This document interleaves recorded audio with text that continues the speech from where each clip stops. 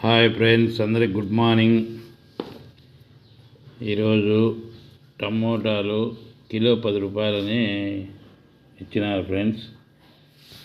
రైతు పరిస్థితి తలుచుకుంటే చాలా బాధగా ఉంది.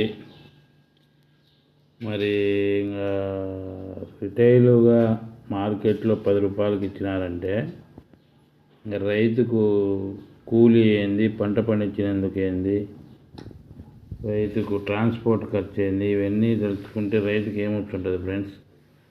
వీళ్ళు వ్యాపారస్తులకు నష్టమే ఉండదు, కానీ రైతు పరిస్థితే ఇబ్బందిగా ఉంటుంది ఫ్రెండ్స్.